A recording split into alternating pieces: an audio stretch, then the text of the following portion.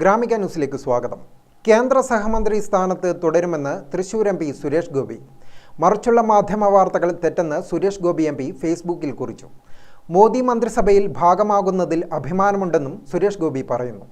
സഹമന്ത്രി പദവിയിൽ സുരേഷ് ഗോപിക്ക് കടുത്ത അതൃപ്തിയുണ്ടെന്ന മാധ്യമ റിപ്പോർട്ടുകൾക്ക് പിന്നാലെയാണ് വിശദീകരണവുമായി സുരേഷ് ഗോപിയുടെ ഫേസ്ബുക്ക് കുറിപ്പ് എത്തിയത്. സിനിമയെ വെല്ലുന്ന ട്വിസ്റ്റുകൾക്കും ക്ലൈമാക്സിനും ഒടുവിലാണ് സൂപ്പർ താരം സുരേഷ് ഗോപി കേന്ദ്ര മന്ത്രിസഭയിലേക്ക് എത്തുന്നത്. ഉറപ്പിച്ച മന്ത്രിപദത്തിൽ രാവിലെ മുതൽ പലതരം അനിശ്ചിതത്വമുണ്ടായി. എങ്കിലും ഒടുവിൽ നരേന്ദ്രമോദി നേരിട്ട് വിളിച്ചതോടെയാണ് ദില്ലിക്ക് പുറപ്പെട്ടത്. തൃശൂർ എടുത്തതു മുതൽ ഉറപ്പിച്ചതായിരുന്നു സുരേഷ് ഗോപിയുടെ മന്ത്രിസ്ഥാനം. എന്നാൽ ഞായറാഴ്ച രാത്രി മുതൽ പലതരം അഭ്യൂഹങ്ങളും സംശയങ്ങളും ഉയർന്നിരുന്നു. പിന്നാലെ മന്ത്രിയാകാനില്ലെന്ന് കേന്ദ്ര നേതൃത്വത്തെ അറിയിച്ച് തിരുവനന്തപുരത്തേക്ക് പോയ സുരേഷ് ഗോപിയെ മോദി തിരിച്ചു വിളിക്കുകയായിരുന്നു. ഒടുവിൽ ദില്ലിയിൽ നിന്നും നേരിട്ട് മോദിയുടെ കോൾ എത്തിയതോടെയാണ് സുരേഷ് ഗോപി സത്യപ്രതിജ്ഞയ്ക്കായി ദില്ലിയിലേക്ക് തിരിച്ചത്. 74,686 വോട്ടിന്റെ ഭൂരിപക്ഷത്തിനായിരുന്നു തൃശൂരിൽ സുരേഷ് ഗോപിയുടെ ജയം.